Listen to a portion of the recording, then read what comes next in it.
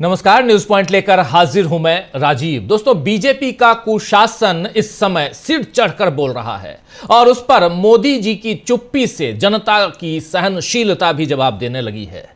इस समय मोदी सरकार और बीजेपी इंदौर के दूषित जल वाले मामले में बुरी तरह फंस गए हैं और आज राहुल गांधी ने एक पोस्ट में लिखा है कि मध्य प्रदेश कुशासन का एपिसेंटर बन चुका है। आइए जरा राहुल गांधी के इसी ट्वीट से, उनके वक्तव्य से, बयान से जरा आज की चर्चा की शुरुआत करते हैं। राहुल गांधी क्या कुछ लिख रहे हैं इंदौर के मसले पे पहले ये सामने रखता हूं। राहुल गांधी यहां लिख रहे हैं कि इंदौर में पानी नहीं जहर बटा और प्रशासन कुंभकर्णी नींद में रहा। घर घर मातम है, गरीब बेबस हैं और ऊपर से बीजेपी नेताओं के अहंकारी बयान। जिनके घरों में चूल्हा बुझा है उन्हें सांत्वना चाहिए थी, सरकार ने घमंड परोस दिया। लोगों ने बार बार गंदे बदबूदार पानी की शिकायत की, फिर भी सुनवाई क्यों नहीं हुई? सीवर पीने के पानी में कैसे मिला? समय रहते सप्लाई बंद क्यों नहीं हुई? जिम्मेदार अफसरों और नेताओं पर कार्रवाई कब होगी? ये फोकट सवाल नहीं, ये जवाबदेही की मांग है। साफ पानी एहसान नहीं, जीवन का अधिकार है और इस अधिकार की हत्या के लिए बीजेपी का डबल इंजन, उसका लापरवाह प्रशासन और संवेदनहीन नेतृत्व पूरी तरह जिम्मेदार है। मध्य प्रदेश अब कुशासन का एपिसेंटर बन चुका है। कहीं खांसी की सिरप से मौतें, कहीं सरकारी अस्पताल में बच्चों की जान लेने वाले चूहे और अब सीवर मिला पानी पीकर मौतें। और जब जब गरीब मरते हैं मोदी जी हमेशा की तरह खामोश हो जाते हैं, खामोश रहते हैं। ये बात यहां कह रहे हैं साफ साफ राहुल गांधी। वहीं कांग्रेस अध्यक्ष मल्लिकार्जुन खड़गे ने भी मोदी की चुप्पी पर सवाल उठाए कि जल जीवन मिशन और स्वच्छ भारत अभियान का ढिंढोरा पीटने वाले नरेंद्र मोदी जी हमेशा की तरह इंदौर में दूषित पानी पीने से हुई मौतों को लेकर मौन हैं। ये वही इंदौर शहर है जिसने केंद्र सरकार के स्वच्छ सर्वेक्षण में लगातार 8वीं बार सबसे साफ शहर का खिताब जीता।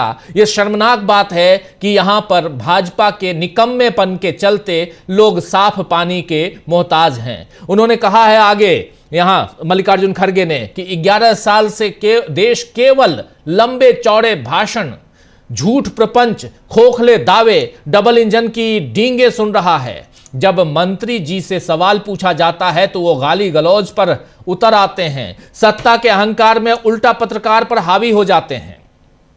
खड़गे ने यह भी कहा है कि जल जीवन मिशन समेत हर योजना में भ्रष्टाचार और धांधली है। याद दिलाना जरूरी है कि जल जीवन मिशन का 10% फंड दूषित पानी को साफ करने के लिए दिया जाता है। दूषित पानी को साफ किया जाए, क्लीन किया जाए और उसके बाद ये पहुंचाया जाए लोगों तक पीने का पानी बनाकर। और ये बात यहां कह रहे हैं कि 10% जल दिया जाता है, लेकिन आखिर दूषित पानी कैसे मिल गया? सीवर का पानी कैसे पीने वाले पानी में मिला दिया गया और लोगों की मौत हो गई? कांग्रेस के साथ साथ पूर्व केंद्रीय मंत्री, भाजपा नेता उमा भारती ने भी अपनी ही पार्टी में इस्तीफे और प्रायश्चित की मांग भी की है। उन्होंने क्या कुछ लिखा है जरा वो भी आपके सामने रख रहा हूं। उमा भारती यहां लिख रही है, नंबर 1, इंदौर दूषित पानी के मामले में ये कौन कह रहा है हमारी चली नहीं? इंदौर दूषित पानी के मामले में ये कौन कह रहा है कि हमारी चली नहीं? नंबर 2, जब आपकी नहीं चली तो आप पद पर कैसे बैठे हुए बिसलरी का पानी क्यों पीते रहे? पद छोड़कर जनता के बीच क्यों नहीं पहुंचे? तीसरा नंबर, ऐसे पापों का कोई स्पष्टीकरण नहीं होता, या तो प्रायश्चित या दंड। इससे पहले भी मोहन यादव सरकार को घेरते हुए उमा भारती ने 2 लाख के मुआवजे पर लिखा था कि जिंदगी की कीमत 2 लाख रुपए नहीं होती, क्योंकि उनके परिजन जीवन भर दुख में डूबे रहते हैं। इस पाप का घोर प्रायश्चित करना होगा, पीड़ित जनों से माफी मांगनी होगी और नीचे से लेकर ऊपर तक जो भी अपराधी है उन्हें अधिकतम सजा देनी होगी। ये उमा भारती इसी मसले पे लिख रही हैं।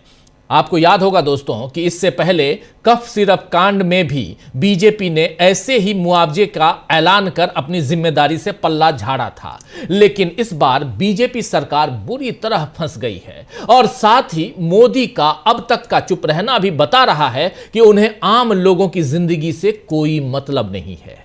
वैसे मध्य प्रदेश के अलावा दूसरे बीजेपी शासित राज्यों से भी अच्छी खबरें नहीं आ रही हैं। आज ही उत्तराखंड की महिला सशक्तिकरण मंत्री रेखा आर्य के पति गिरधारी लाल का एक बयान सामने आया है। वीडियो में एक अविवाहित कार्यक्रम को संबोधित करते हुए गिरधारी लाल कह रहे हैं कि लड़कियों की कोई कमी नहीं है और बिहार में तो 20-25 हजार रुपए में शादी के लिए लड़कियां मिल जाती हैं। जरा सुनिए क्या कह रहे हैं यहां गिरधारी लाल। ये जो आप विजुअल देख रहे हैं, ये गिरधारी लाल पहले बता चुका हूं कि मंत्री हैं, नारी सशक्तिकरण मंत्री रेखा आर्या, उनके पतिदेव हैं और बिहार में लड़कियां इनको 20-25 हजार रुपए में मिल जाती हैं शादी के लिए। सुनिए जरा पहले। तो बेटा शादी बुढ़ापे में करोगे, हम लोग 3-4 बच्चे हो जाते हैं। लड़की हम तुम्हें दिवा दें, बिहार से ले आएंगे, बिहार में 20-25 हजार रुपए मिल जाती है। हाँ, चलिए तुम मेरे साथ, हम तुम्हारी शादी कराएंगे। घोषणा कर रहे हैं इनकी, चलिए मेरे साथ आपकी शादी कराएंगे। बिहार में तो लड़कियां मिल जाती हैं 20-25 हजार में। हालांकि इस वायरल वीडियो की पुष्टि नहीं हुई है, लेकिन वीडियो सामने आने के बाद राजनीतिक माहौल गर्मा गया है। कांग्रेस, आरजेडी जैसे और सीपीआई-एमएल जो वहां बिहार में इन तमाम दलों के ने इस पर अपनी प्रतिक्रिया दी है और इस वीडियो और इनकी आलोचना की है। वहीं बिहार राज्य महिला आयोग की अध्यक्ष से हमारे संवाददाता पंकज कुमार ने जब इस मसले पर बात की, इस मामले पर बात की, तो उन्होंने क्या कुछ कहा है जरा ये सुन लेते हैं। अप्सरा हैं बिहार राज्य महिला आयोग की अध्यक्ष, जरा सुनिए क्या कह रही हैं। उत्तराखंड के मंत्री रेखा आर्या के पति जिस तरह से बिहार की महिलाओं के बारे में बयान देते हैं और कहते हैं कि बिहार में महिलाएं 20 से 25 हज़ार में मिलती है, इसी विषय पर बात करने के लिए राज्य महिला आयोग के अध्यक्ष हमारे साथ हैं।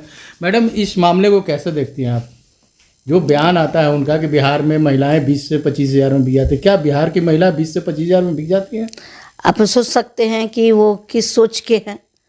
ये आज का एक सामान्य आदमी जो चीज़ नहीं सोच सकता है, महिला सशक्तिकरण मंत्री के पति ऐसा सोच रहे हैं, तो उनका सोच जो है कि दिवालियापन लिए हुए है। और वो भी बिहार की महिलाओं के बारे में उन्होंने कहा है, तो बिहार के मान प्रतिष्ठा को मैं बना रही हूँ। बिहार के मान प्रतिष्ठा का हनन नहीं होने दूंगी। बिहार राज्य महिला आयोग ने स्वतः संज्ञान लिया है, पत्र जारी किया है और उनसे स्पष्टीकरण इस मामले में देने को कहा गया है। तो ये लगातार माननीय के यहाँ से ऐसा बयान आता है। वहीं आप यूपी के जो सिंगर थे उनका भी मामला आया था। लगातार ऐसे घटनाओं को आप कैसे देखती हैं मैम? देखिए, हमारे पास ऐसे समाज के जो कुछ लोग होते हैं, नेगेटिव विचारधारा के होते हैं, ऐसे तो आते ही रहेंगे और हमें ऐसी चुनौतियों को मुंह तोड़ जवाब दे करके एक जो है नया आयाम लिखना है कि बिहार राज्य महिला आयोग। सुन रहे थे बिहार राज्य महिला आयोग की अध्यक्ष अपना बयान देते हुए, अपनी बात रखते हुए यहाँ पर। और इस विषय पर बिहार सीपीआई-एमएल की नेता दिव्या गौतम से भी जब हमारे संवाददाता ने इसी मसले पर बात की तो उन्होंने क्या कुछ कहा है, ज़रा उसको भी सुन लेते हैं। चर्चा आगे बढ़ाएंगे, बहुत कुछ है इस पिटारे में दोस्तों। ज़रा सुन लीजिए दिव्या गौतम को। इस बयान को कैसे देखते हैं आप? बहुत ही शर्मनाक है पूरे देश भर की महिलाओं और साथ में सबसे ज़्यादा कि बिहार की महिलाओं के लिए ये बहुत ही शर्मनाक है कि ऐसे लोग, जो भाजपाई लोग जो हैं, वो महिलाओं को क्या समझते हैं। उनको क्या लगता है कि बिहार की महिलाएं 20-25 हज़ार रुपए में बिकती हैं।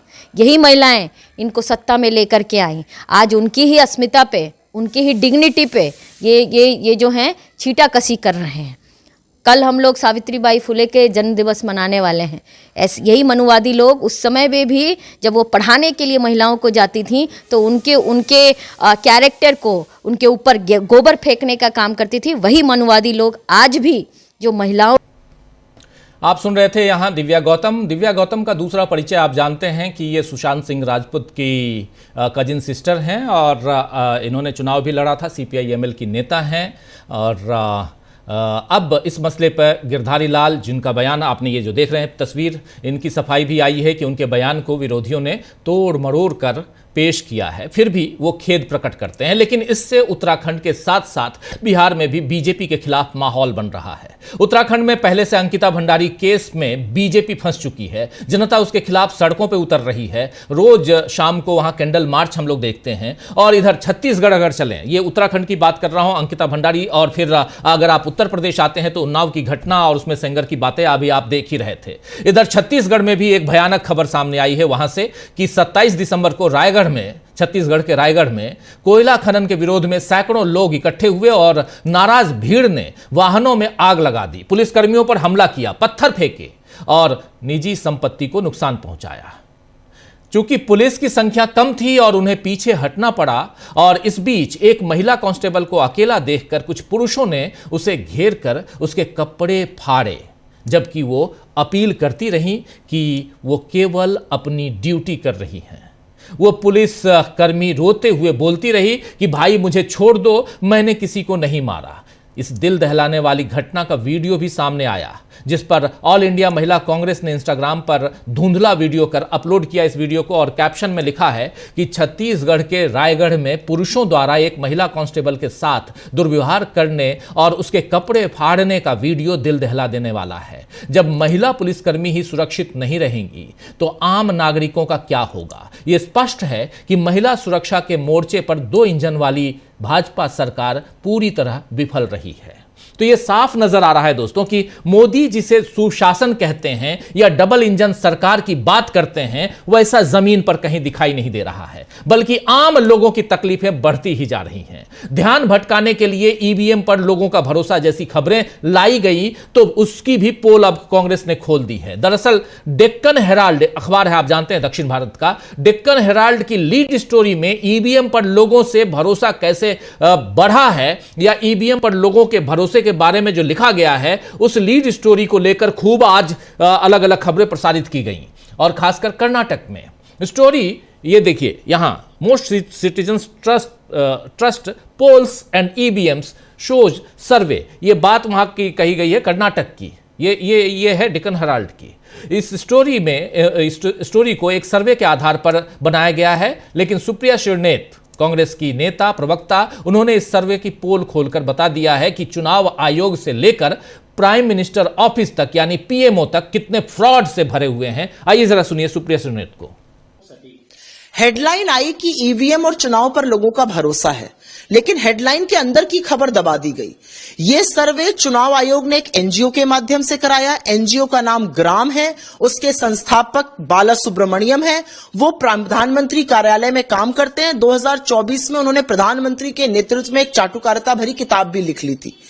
तो ऐसा व्यक्ति क्या सर्वे कराएगा, आप मुझे बताइए। मई 2025 के सर्वे का हवाला दे रहे हैं। अगस्त 2025 में पहली बार राहुल गांधी ने वोट चोरी का खुलासा किया। सबको पता था राहुल गांधी डेटा इकट्ठा कर रहे हैं, उस बीच ये सर्वे कराया गया। तो सर्वे कराने वाली एजेंसी खुद कॉम्प्रोमाइज है। सर्वे कराया गया एक ऐसे एनजीओ से जिसके संस्थापक नरेंद्र मोदी के साथ काम करते हैं, नरेंद्र मोदी की चाटुकारिता पर किताबें लिखते हैं। ऐसा व्यक्ति क्या सर्वे कराएगा? आप देश के देहात और कोने कोने में पहुंच जाइए, हर व्यक्ति ईवीएम पर, हर व्यक्ति चुनाव प्रणाली पर, हर व्यक्ति एसआईआर पर सवाल उठा रहा है। आप ये सोचिए कि कितने फ्रॉड भरे पड़े हैं चुनाव आयोग से लेकर सरकार के अंदर बैठे लोगों तक। एनजीओ जिससे कराया जा रहा है वो सरकार की चाटुकारिता कर रही है, वो मोदी जी के लिए काम कर रहे हैं और उनसे सर्वे कराया जा रहा है। तो वो क्या नतीजा देंगे ये बच्चा बच्चा देश का जानता है। लेकिन जिस व्यापक स्तर पर, जिस बड़े लेवल पर यह फ्रॉड खेला जा रहा है, तो बड़े लेवल पर जो फ्रॉड खेला जा रहा है, उस फ्रॉड का यहां उसकी पोल खोल कर रही हैं सुप्रिया श्रीनेत। ये डेक्कन हेराल्ड की खबर है। यह साफ दिख रहा है कि राहुल गांधी ने वोट चोरी का जो मुद्दा उठाया है वो बेबुनियाद नहीं है, और इसीलिए ऐसे सर्वेज और ऐसी स्टोरीज पेश करने पड़ रहे हैं सरकार को, वरना पहले तो ऐसी जरूरत कभी नहीं पड़ती थी। अब बंगाल में भी एसआईआर और चुनाव आयोग की मनमानी के खिलाफ टीएमसी ने मोर्चा खोल दिया है। उत्तर प्रदेश में अखिलेश यादव ये काम कर ही रहे हैं। बीजेपी जितनी रणनीतियां बना रही है उसके अपने कुशासन से वो सारे दांव फेल हो रहे हैं। और अगर उत्तर प्रदेश की बात करें तो एक वीडियो दिखाना चाहता हूं, वायरल वीडियो है लेकिन बहुत महत्वपूर्ण है। उत्तर प्रदेश की पुलिस, ये देखिए, पुलिस जो है वो मशीन से नागरिकता जांच रही है। उत्तर प्रदेश की पुलिस, और ज्यादा दूर नहीं, आपको ज्यादा दूर जाने की जरूरत नहीं है। दिल्ली एनसीआर गाजियाबाद की यह तस्वीर है और यहां पर बिहार से आए हुए ये लोग हैं, बिहार के रहने वाले, लेकिन जब आते हैं इनके मोहल्ले में, इस गांव में, तो यहां पर मशीन लगाकर जरा इनके बीच की बातचीत सुन लीजिए। इससे आपको हंसी भी आएगी और तकलीफ भी होगी और तरस भी आपको आएगा सरकार के ऊपर। सुनिए, देखिए। बांग्लादेश के तो नहीं हो? नहीं, झूठ मोल। मशीन लगाओ भाई इनकी पीठ पे। हाँ तो उधर को दिखाओ, उधर को मशीन लगाओ इनकी पीठ पे। बोलो कहाँ के? बांग्लादेश मशीन तो बांग्लादेश बता रही है। बिहार, यूपी, हाट, अररिया जिला। अररिया कौन है बांग्लादेश का?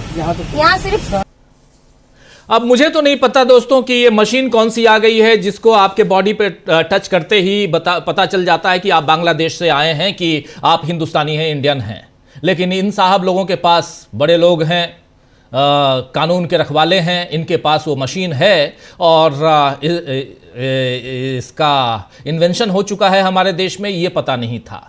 पता करना होगा। लेकिन महत्वपूर्ण है, हंसी आती है लेकिन तकलीफ है कि आखिर ये डबल इंजन की सरकार वाले उत्तर प्रदेश में ये चल रहा है। तो आइए दोस्तों, कुशासन की बात कर रहा हूं और आप लोगों ने देखा अलग अलग राज्यों, जिसमें इंदौर यानी मध्य प्रदेश में क्या चल रहा है, उत्तराखंड में क्या चल रहा है, उत्तराखंड के बाद बिहार, वहां भी डबल इंजन की सरकार, और उत्तराखंड से बिहार तक क्यों हलचल मची हुई है। इन सब के बीच आपने देखा कि उत्तर प्रदेश में क्या चल रहा है, पश्चिम बंगाल कैसे एसआईआर और तमाम मसलों पे से बाहर निकलने की कोशिश कर रहा है, और उसके साथ साथ छत्तीसगढ़ में क्या कुछ हुआ, लिंचिंग करने की कोशिश हुई वहां एक महिला कांस्टेबल की, और वहां भी छत्तीसगढ़ में भी डबल इंजन की सरकार है। और इसके साथ साथ आप दिल्ली की तरफ बढ़ते हैं अगर तो दिल्ली में प्रधानमंत्री कार्यालय से क्या कुछ चल रहा है उसकी पोल खोल रही थी यहां सुप्रिया श्रीनेत। आज चर्चा करेंगे कि क्या अब बीजेपी की पोल खुलना शुरू हो चुका है, विपक्ष ने जमकर कैसे घेरा है यहां पर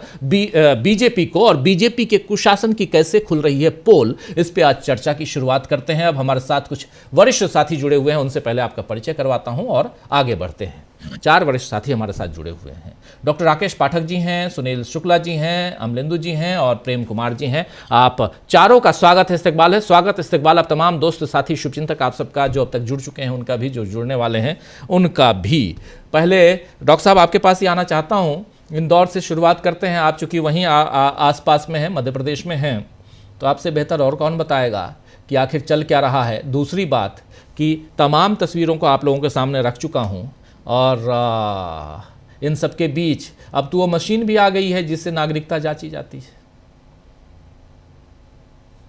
अब तो कोई दिक्कत ही नहीं है, अब तो कोई दिक्कत नहीं है, घुसपैठिए तुरंत मिल जाएंगे। अब कागज वागज भरने की जरूरत नहीं है, एनरोमेशन फॉर्म भरने की जरूरत नहीं है। अब मशीन टच करेंगे और बस आप इंडियन हो, आप इंडिया के बांग्लादेशी हो, बस काम तमाम। डॉक्टर साहब, सबसे पहले तो जो नोबेल शांति समिति है, नोबेल पुरस्कार समिति है, उसे इन एसएचओ साहब की इस कतरन को, इस वीडियो को भेज देना चाहिए, ताकि सन 2026 में जब विज्ञान के नोबेल पुरस्कार पर विचार करने बैठे तो नोबेल समिति को कोई ज्यादा समय जाया न करना पड़े। एक अद्भुत आविष्कार दरोगी जी ने कर दिया है। लेकिन ताजा खबर यह है कि इन दरोगी जी से वरिष्ठ पुलिस अधिकारियों ने जवाब तलब कर दिया है जी। कायदे से तो इनकी वर्दी उतर जाना चाहिए। कानून के राज में किसी को भी, खासतौर से जिसके पास सरकारी जिम्मेदारी है, वर्दी पहने हुए है, जिसकी जिम्मेदारी है कानून की हिफाजत करनी, उसे किसी भी नागरिक, किसी भी व्यक्ति का इस तरह अपमान करने का अधिकार नहीं है कि वो एक मोबाइल या कुछ भी उसके पीठ में लगाए और कहते कि आपको बांग्लादेश। तो कायदे से इन दरोगा जी को सीखचों के पीछे भी होना चाहिए, वर्दी उतर जानी चाहिए। मध्य प्रदेश पर लौटते हैं डॉक्टर साहब। मध्य प्रदेश इस वक्त देश में सबसे ज्यादा चर्चा का सबब बना हुआ है। इंदौर शहर 8 साल से लगातार सबसे स्वच्छ शहर का तमगा गले में लटका कर घूम रहा, लेकिन जब भीतर झांक के देखा तो मालूम हुआ कि इंदौर भीतर से न केवल नागरिक सुविधाओं में बजबजा रहा है, बल्कि इंदौर की धमनियों में नफरत का जहर भी बहुत तेजी से भरा जा रहा है। क्रिसमस के मौके पर जो कुछ हुआ वो पूरे देश ने देखा है। यहाँ जिस तरह से एक खास विचारधारा के लोग नफरत बांटते हैं वो भी अब छुपी हुई बात नहीं। और नागरिक सुविधाओं का क्या हाल है, भागीरथपुरा ने बता दिया कि वहां के लोग पानी नहीं जहर पी रहे। टैक्सा प्रशासन ने 80 सैंपल लिए पानी के और कुछ पीड़ितों के, एमजीएम मेडिकल कॉलेज में उन्हें भेजा गया। जो रिपोर्ट आई है वो ये साबित करती है कि जो वाक्य हमने बोला है, पानी नहीं जहर पी रहे थे, सचमुच में इंदौर के नागरिक जहर ही पी रहे थे। उसमें जिस तरह के खतरनाक बैक्टीरिया मिले हैं पानी में, उनके नाम थोड़े से कठिन है और चूंकि विज्ञान के, रसायन विज्ञान के शब्द हैं, फिर भी हम संक्षेप में उनको दोहरा देते हैं। उसमें faecal coliform bacteria, E coli, pseudomonas, vibrio species, citrobacter species, protozoa, इस तरह के खतरनाक बैक्टीरिया मिले हैं जो इंसान की जिंदगी को लील जाने के लिए पर्याप्त। दुर्भाग्य की बात यह है कि जिन लोगों की जिम्मेदारी थी वे सब इस वक्त पल्ला झाड़ रहे। महापौर पुष्यमित्र भार्गव बाकायदा बयान जारी करके कहते हैं, उनका आज अखबारों में बयान छपा है, प्रशासन उनकी सुनता नहीं। तो भाई आप महापौर बने क्यों बैठे थे? इंदौर का एक प्रतिष्ठित अखबार है प्रजातंत्र, उसके संपादक हेमंत शर्मा ने संपादकीय लिखकर कहा है कि भाई अगर आपकी कोई नहीं सुनता था तो कुर्सी पर क्यों चिपके हुए थे? सिर्फ गाड़ी घोड़ा बंगले के लिए आप महापौर बने क्यों बैठे थे? इस्तीफा दे दीजिए। और उसी बात को आगे बढ़ाकर उमा भारती ने ट्वीट कर दिया। उमा भारती का ट्वीट भी हम अपने दर्शकों को अगर सुना दें, अगले चरण में सुना देंगे। उन्होंने साफ कहा है कि महापौर से लेकर मुख्यमंत्री तक, ये ट्वीट है उनका। और उन्होंने ये भी कहा है कि अगर आपकी लोग नहीं सुन रहे थे, आपकी नहीं चल रही थी, तो कुर्सी पर बैठकर बिस्लरी क्यों पी रहे थे आप? जी, शुरुआत में मैं ये सब रखा हूं और बिल्कुल आप सही कह रहे हैं। जी बिल्कुल, ये है दूसरे नंबर पे कि जब आपकी नहीं चली तो आप पद पर बैठे हुए बिस्लरी का पानी क्यों पीते रहे? पद छोड़कर जनता के बीच क्यों नहीं पहुंचे? सवाल है इनका। और ऐसे पापों का कोई स्पष्टीकरण नहीं होता या कोई प्रायश्चित या दंड, इसका सिर्फ और सिर्फ प्रायश्चित होता है या दंड होता है? या दंड, बिल्कुल। देखिए, इसको भी राजनीतिक चश्मे से देखने की जरूरत है। उमा भारती यूं ही नहीं कूद गई इस विवाद। मध्य प्रदेश में भारतीय जनता पार्टी में जो खींचतान चल रही है मोहन यादव के मुख्यमंत्री बनने के बाद, उसका अगला चरण है। कैलाश विजयवर्गीय मुख्यमंत्री बनने का सपना देख रहे थे, लेकिन अब वे घंटा बजा रहे हैं। आज कांग्रेस ने प्रदर्शन किया तो पुलिस प्रतीकात्मक रूप से घंटे तक को जब्त करके दौड़ती देखी गई। ये लड़ाई आगे जाने वाली है, लेकिन इस राजनीतिक लड़ाई में, प्रशासन और नेताओं की लड़ाई में, नेताओं की लड़ाई में इंदौर की जनता पिस रही है। 14 बेकसूर लोग अपनी जान गंवा चुके हैं, हजारों लोग अब भी अस्पताल में हैं। इसमें जो सबसे महत्वपूर्ण बात है कि इन अधिकारियों को इस बदहाली की जानकारी थी। नगर निगम के सारे अमले को, महापौर को, विधायक को सब पता था कि भागीरथपुरा में दूषित पेयजल आ रहा। 2025 में 266 शिकायतें दर्ज हुई थी। जिन अनुराग द्वारी ने सवाल पूछा था, हमारे साथी पत्रकार, जिनको बेहद बदतमीजी से कैलाश विजयवर्गीय ने जवाब दिया था, ये वीडियो पूरी दुनिया देख चुकी। उन्होंने आज इस बात का खुलासा किया है कि 266 शिकायतें आई थी और जहां भागीरथपुरा है उसकी भी शिकायतें उसमें शामिल थी। कुछ शिकायतों को वैसे ही निपटा दिया गया, कुछ को नस्तीबद्ध कर दिया। टेंडर आए हुए महीनों हो गए थे, महापौर कह रहा है टेंडर आ गए थे, अधिकारियों ने नहीं खोले, तो आप महापौर बने क्यों बैठे थे? अब ये मांग यहां तक पहुंच गई है कि दोषी अधिकारियों के खिलाफ एफआईआर करने की मांग उठ रही जी। जीतू पटवारी ने कहा है कि जितने लोग जिम्मेदार हैं उनके खिलाफ मुकदमा दर्ज होना चाहिए। कैलाश विजयवर्गीय के इस्तीफे की मांग चल रही, लेकिन आज की तारीख में मुख्यमंत्री ने कुछ अधिकारियों के तबादले करके, कुछ लोगों को इधर से उधर करके फिलहाल इस मामले को ठंडा करने की कोशिश की है। लेकिन ये सवाल अपनी जगह कायम रहेगा कि सचमुच में जिन लोगों की जान गई है, 5 महीने का अबोध बालक अव्यान आंखें खोलने से पहले ये जहरीला पानी पीकर इस दुनिया से चला गया, इन सब लोगों की मौत का जिम्मेदार कौन है, जिम्मेदारी कैसे तय होगी? उमा भारती जो कह रही है प्रायश्चित या दंड, हमारी लोकतांत्रिक व्यवस्था में प्रायश्चित ये नहीं हो सकता कि नगर निगम का कमिश्नर कल उपवास पर बैठ जाए कि साहब मैं प्रायश्चित कर रहा हूं, या महापौर कहे कि साहब मैं तो शाम तक पानी नहीं पीऊंगा। दंड मिलना चाहिए। ये सारे लोग सजा के हकदार हैं, और अगर इस बार भी सजा नहीं मिली तो आप अंदाजा लगा सकते हैं कि सरकार कितनी लापरवाह है। लोगों की जान, जिंदगी से, उनकी सेहत से उसे कोई लेना देना नहीं। और जैसा कि राहुल गांधी ने अपने ट्वीट में लिखा भी है, हम फिर दोहरा देते हैं, इंदौर ही वो महानगर है जहां चूहों के कुतरने से नवजात दुधमुहे बच्चे अभी पिछले साल जान गंवा चुके। अब सिरप पीकर छिंदवाड़ा में 23 बच्चों की मौत हो चुकी। लेकिन ये मध्य प्रदेश तो सबसे अजब है, यहां पर इतनी सारी मौतों के बावजूद जनता भी नहीं चेती। इसी इंदौर शहर में बीजेपी को सिर पर बिठाए हुए है जनता। सारे पद, महापौर, पार्षद, विधायक, सांसद, मंत्री, मुख्यमंत्री सब सिर पर बिठा रखे हैं।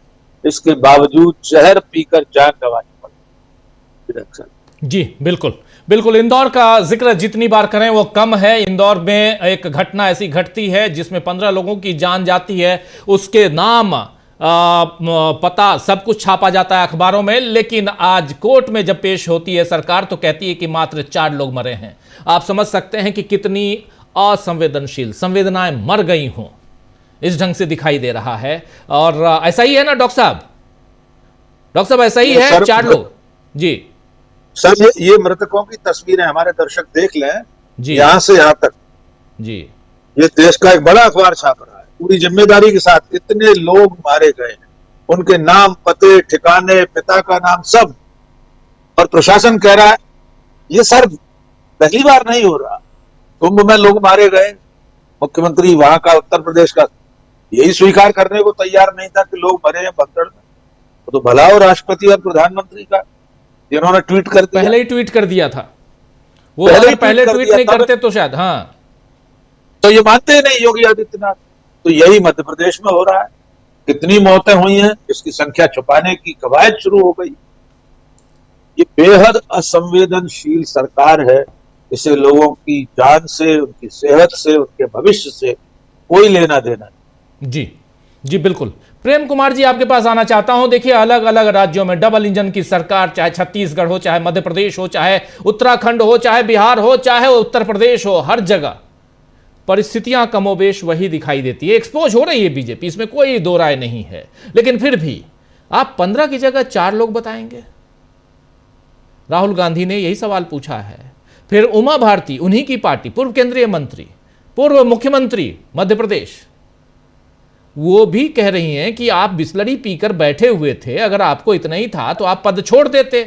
इसका एक ही उपाय है कि या तो आप प्रायश्चित कीजिए या आप दंड के हकदार हैं। प्रेम कुमार जी। जी देखिए राजीव जी, ये जो घटना घटी है इसमें मरने वाले ज्यादातर हिंदू हैं, मरे हैं। और इस घटना की शुरुआत अगर आप देखें तो 15 अक्टूबर को भागीरथपुरा के मंदिर के परिसर में जो कुआं है वहां सीवर का पानी मिला हुआ आया और इसकी शिकायत हुई थी 15 को। आ तो रहा होगा पहले से शिकायत हुई थी और उसी सीवर का पानी यानी टट्टी में मिला हुआ पानी वो मंदिर में चढ़ाया जा रहा था। मंदिर परिसर की बात कह रहा हूं। तो ये बात भी अब सामने आ रही है, भाई मंदिर में भी टट्टी वाला पानी चढ़ा रहे थे और मरने वाला व्यक्ति भी हिंदू है और हिंदू का झंडाबरदार उसका महापौर है, उसका पार्षद है, उसका एमएलए है, उसका एमपी है, उसकी सरकार है और उसकी केंद्र में सरकार है। इसके बावजूद संवेदनहीनता का ये आलम है कि ये फोकट का सवाल है, ये सवाल ही फोकट का है, ये है संवेदनहीनता का आलम। उसके बाद वो घंटा और ये और वो दो सब लोग आप बता ही चुके हैं।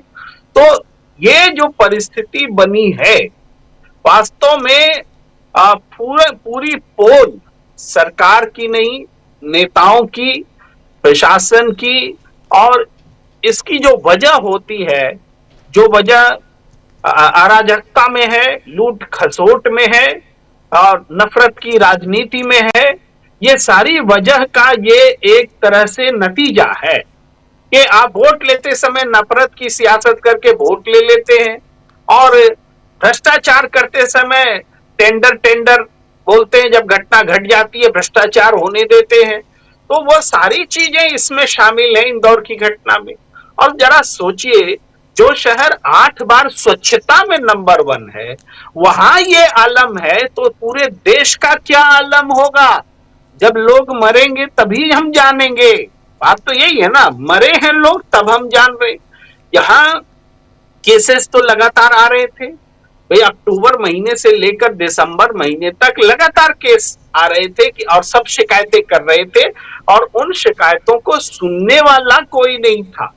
और आप जैसे जरूर लोग कह रहे हैं कि ये जहर पानी नहीं जहर बट रहा है, राहुल गांधी जी ने भी कहा, लेकिन मैं थोड़ा सा इसमें जोड़ना चाहता हूं कि जहर अगर एक व्यक्ति को पोटेशियम साइनाइड दे दे या जहर बोला जाए कि लेके मरना है और दूसरी तरफ ये टट्टी वाला पानी पी के मरना है, तो आदमी साइनाइड खा के मरना चाहेगा, टट्टी वाला पानी पी के नहीं मरना चाहेगा।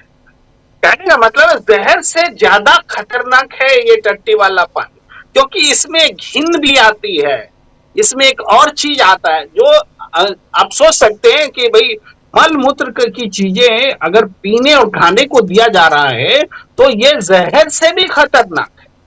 तो इसलिए हम ये पॉइंट हम जानबूझ के लाना चाहते हैं कि जहर मत बोलिए, ये उससे ज्यादा खतरनाक चीजें लोगों को पिलाई जा रही।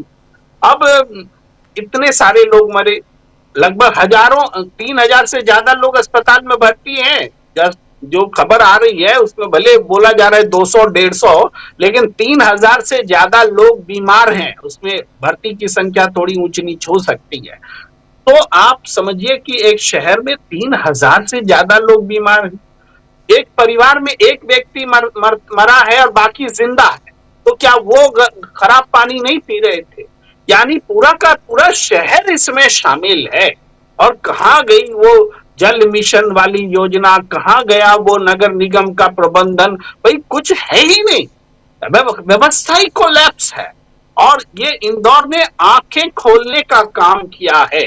ये अब टेंडर की बात हमने खबर में पढ़ी, 31 दिसंबर को टेंडर पास हो गया जिसके बारे में कहा जा रहा था कि नहीं हो रहा है। तो आपको क्या आपदा का इंतजार रहता है? आपदा हो तब आप टेंडर पास करेंगे, और उससे पहले टेंडर का क्या हो रहा था, क्यों नहीं हो रहा था? टेंडर क्या चीज होता है भाई? आप टेंडर नहीं पास हो रहा, पानी नहीं दे पा रहे, तो इमीडिएटली पानी टैंकर की व्यवस्था करिए कि उसको छोड़ दीजिएगा टट्टी वाला पानी पीने के पूरी पब्लिक को।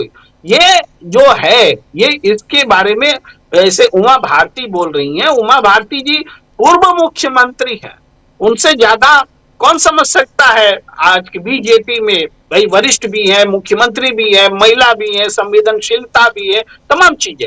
उन्होंने इस बात को जो उठाया, या तो प्रायश्चित करो या दंड होना चाहिए। दंड कौन देगा, किसको देगा? यहाँ तो नीचे से ऊपर तक कुआं में भांग पड़ा है, कुआं में ही भांग है, तो किसको कौन दंड दे रहा? नरेंद्र मोदी जी की जुबान ही नहीं खुलती। भाई वोट लेने समय तो तुरंत आ जाते हैं और तमाम तरह की बातें करते हैं कि भाई कोई भैंस खोल ले जाएगा तो वोट दे दो, तो कोई मंगलसूत्र खोल ले जाएगा तो वोट दे दो, लेकिन जब जान ले लिया, लेकिन आपकी जुबान नहीं खुल रही है। जान आपने ले ली है और आपकी जुबान नहीं खुल रही है। आपकी सरकार ने, आपके पार्षद ने, आपके एमएलए ने, आपके एमपी ने, आपकी मंत्री ने, आपकी सरकार ने, आप स्वयं इस इंदौर के लोगों की जान लिए और आप चुप हैं, खामोश हैं। और हम बाकी जो मुद्दे आपने उठाए, वो सारे मुद्दों को अगर हम संक्षेप में बोले तो वो ये है कि प्राकृतिक संसाधन का दोहन कर रहे हैं, इसके खिलाफ जनता छत्तीसगढ़ में खड़ी हुई है। आप महिलाओं के साथ में क्या दुर्व्यवहार कर रहे हैं, अपराधियों का नेक्सस कितना है, हेट कितना बढ़ गया है, ये सारी चीजें आपको उत्तराखंड में दिखते हैं। जब आप नॉर्थ ईस्ट के लोगों बच्चे की हत्या करते हैं या अंकिता भंडारी केस आता है, आपको उत्तर प्रदेश में जिस तरह से पूरे देश में हेट फैलाया गया, प्रशासन में देखता है कि वो अपने हिंदुस्तान के ही लोगों को बांग्लादेशी बोल करके टॉर्चर कर रहे हैं। तो ये हेट जो है डिफरेंट टाइप्स का, वो हेट सोशल भी है, वो हेट एडमिनिस्ट्रेशन में भी है, वो हेट रीजनल भी है, हर किस्म का हेट जो है इन घटनाओं में नजर आ रहा है। लेकिन एक बात जो अच्छी है वो ये है कि इस हेट के खिलाफ अब लोग बोलने लगे हैं। मैं देख रहा हूं राजीव जी, मैं आज एक गोदी मीडिया के चैनल में बैठा था, तो उसमें आज इंदौर के इशू पर खूब बात हो रही थी। भाई इंदौर में ऐसा हो गया, इंदौर में वैसा हो गया। तो लेकिन एक चालाकी देखिए, चालाकी क्या होती है कि इंदौर में सिस्टम फेल कर गया है।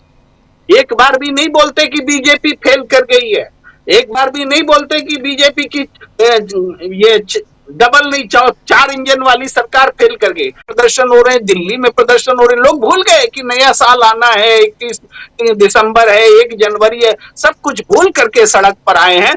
ये बता रहा है कि देश बदल रहा है, देश अब इन चीजों को, इनके कुशासन को बर्दाश्त करने की स्थिति में नहीं है और जनता अब उबलने लगी है। राजीव जी, उबलने लगी है।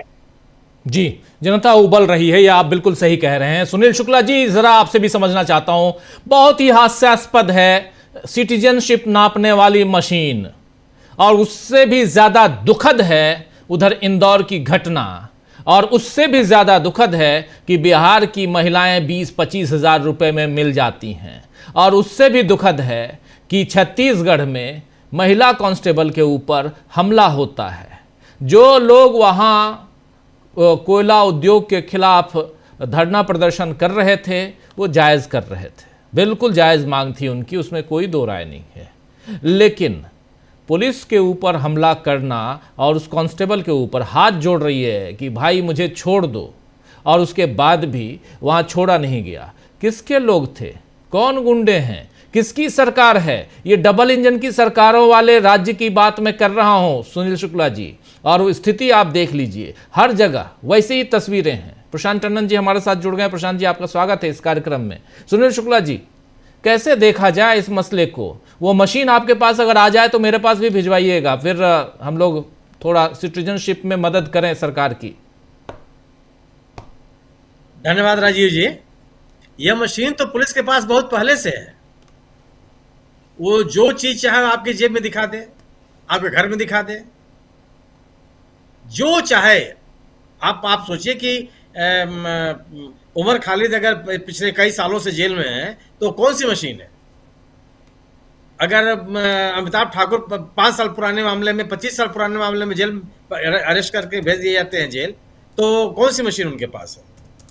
गिरफ्तारियों के बाद कोई आरोप पत्र दाखिल नहीं होता, सर में जमानत की मांग का पुरजोर विरोध किया जाता है, सब मशीन इनके पास है।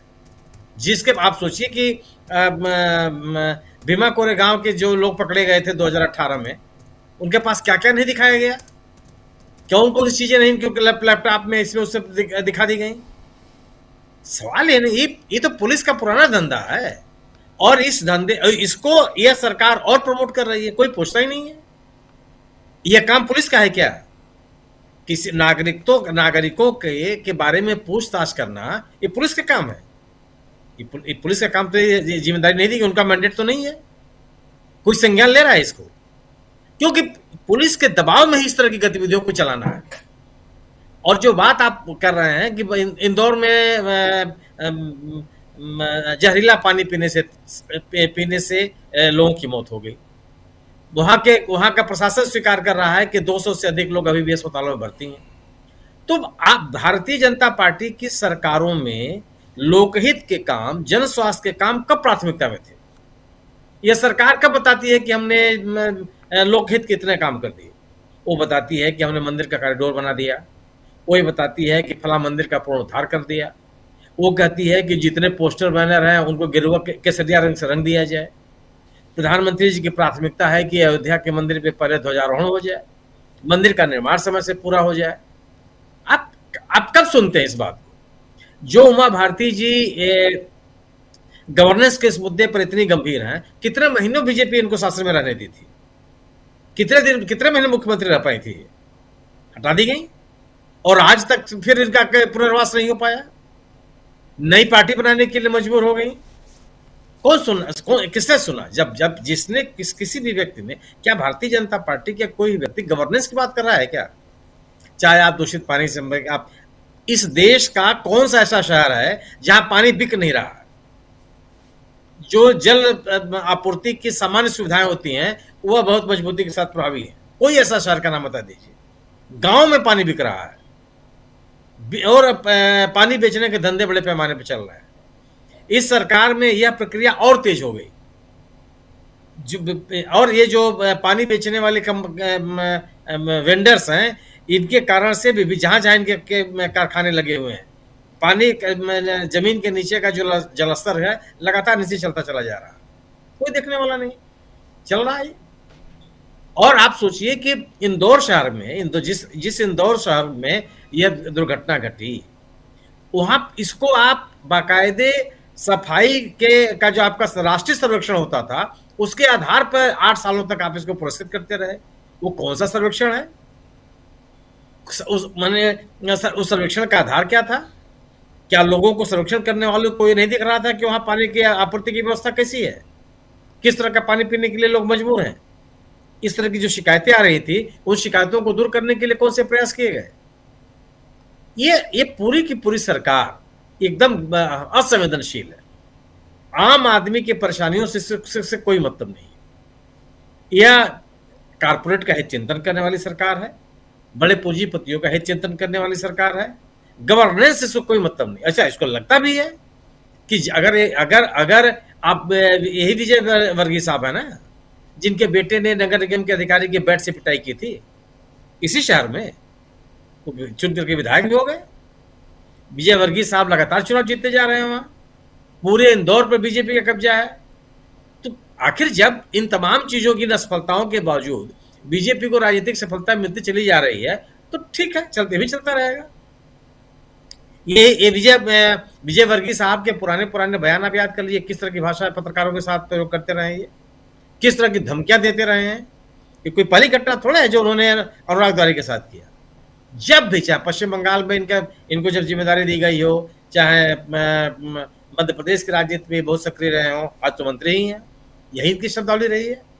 धमकी भरे अंदाज रहे हैं, तिरस्कार भरे इनकी शैली रही है, और चल रहा है बाकायदे। सरकार कभी भी भारतीय जनता पार्टी ने इसको गंभीरता से नहीं लिया, क्योंकि इनको लगता है कि इसके या उनकी राजनीति को प्रभावित करने वाले कारण ही नहीं है। ये अपनी राजनीति को चलाए जा रहे हैं और लोग उसके पीछे लोग भी लगे हुए हैं। उत्तराखंड की जो घटना, उत्तराखंड के लोगों ने जो प्रतिकार किया है वो बहुत ही प्रशंसनीय है। अंकिता भंडारी का मसला हो, चाहे बिहार की एक अन्य महिला के साथ की घटना हो, उसमें जिस तरह की नाराजगी उत्तराखंड के लोगों ने व्यक्त की और लगातार व्यक्त कर रहे हैं, यह एक बदला हुआ राजनीतिक माहौल है जो भारतीय जनता पार्टी के लिए चुनौती है। भारतीय जनता, आप सोचिए कि जो धामी साहब ने त्रिपुरा के उस लड़के के पिताजी से बात करने की कोशिश की, जिस शैली में उन्होंने बात की और बाकायदे उसका वीडियो वायरल किया, ये संवेदनशीलता है क्या? किसी के दुख में शामिल होने का ये तरीका है? उसके दुख को कम करने की एक कोशिश है। पीड़ितों जो आरोपी हैं उनको दंडित करने का ये तरीका है। आप ये कह रहे हैं कि जो मुख्य आरोपी था वो नेपाल का नागरिक था, नेपाल भाग गया है, लेकिन हम पकड़ने का प्रयास कर रहे हैं। अरे कैसे भाग गया?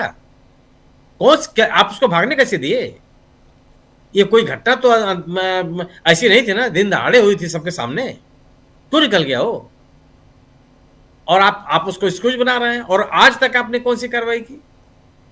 ये एक बहुत ही गैर संवेदनशील तंत्र चल रहा है इस समय। और जहां भी भारतीय जनता पार्टी की सरकारें हैं वहां इस तरह का ही आपको तंत्र दिखाई पड़ेगा। क्या जो पिछले साल कुंभ में जो लोग की मौत हुई थी उनकी संख्या आपको पता है? आप कर सकते हैं कितने लोगों की मृत्यु हुई?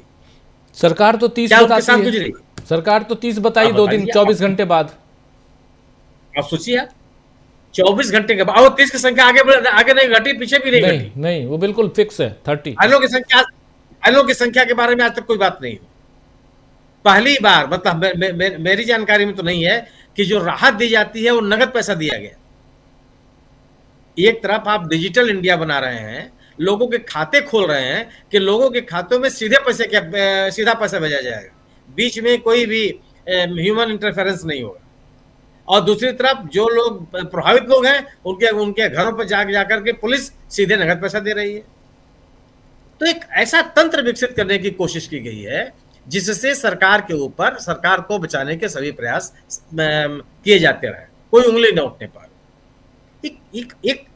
एक ऐसा तंत्र बन गया है, एक ऐसा माहौल बन गया है जिससे कि सभी त्रस्त है। आप इंदौर की घटना के लिए क्या कोई जिम्मेदारी लेने के लिए तैयार है? अभी तक कोई बात कह रहा है कि कौन व्यक्ति जिम्मेदार है, किसके खिलाफ कार्रवाई होनी चाहिए? ये क्यों होता? पानी कोई ऐसी चीज नहीं है ना, पानी की आपूर्ति ऐसी चीज जो अचानक हो जाए, वो उसके बारे में बाकायदे लोग शिकायतें और शिकायत किए हैं भी है।